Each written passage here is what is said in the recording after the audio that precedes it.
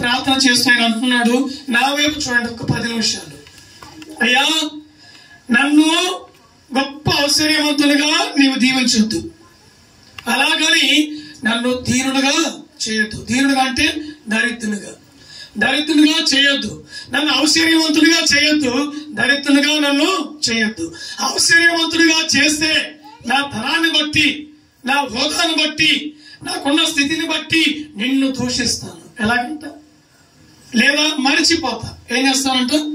మరిచిపోతా. అదే నేను దరిద్రున్నాయి, నా కుటుంబం కడవని పరిస్థితి ఉంది, నాకు కడుపుకు ఆహారం లేకుండా, ఒంటికి వస్త్రం లేకుండా నా పరిస్థితి మారిపోయిననుకో, యెహోవా ఎవడని విసర్జిస్తా. ఏమంటాను? ఏరా దేవుడు లేడు, ఏం లేడు, పెద్ద సోదినిది.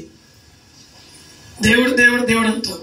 దేవుని మందిరానికి వెళ్ళాను, భక్తిని కొనసాగించాను, కన్నీళ్లు విడిచాను, ప్రార్థన చేశాను, నాకు దేవుడు ఏమేలో చేయలేప చెప్పొచ్చా కదా నువ్వు? దేవుడు లేడు, ఏమి లేదు అని నేను దూషిస్తా. ఇప్పుడు కడుపుకి ఆకలి అవుతుంది, ఒంటికి వస్త్రం లేదు, కడుపులో మండుతుంది, నకనకలాడుతుంది, కోపం వస్తుంది, ఎక్కడికి వెళ్ళి పని చేయలేని పరిస్థితి. అప్పుడు ఏం చేయాలి?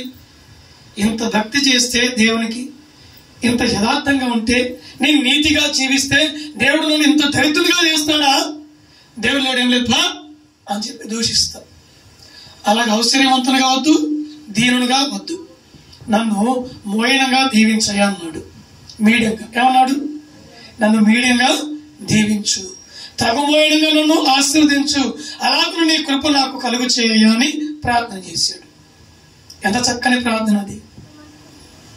ఎప్పుడైనా అలాంటి ప్రార్థన చేసేవా? ఎప్పుడైనా అలాంటి మేలు అడిగేవా? ఎప్పుడైనా నీ కుటుంబంలో అలాంటి పరిస్థితి ఎదురైందా? మీరు అర్థం చేసుకోవాలి ఈ మాటలు. అలాంటి ప్రార్థన ఆయన చేశాడు. దేవుడు ఆ ప్రార్థన ఆలకించాడు, ఆ ప్రార్థనకు జవాబునిచ్చాడు.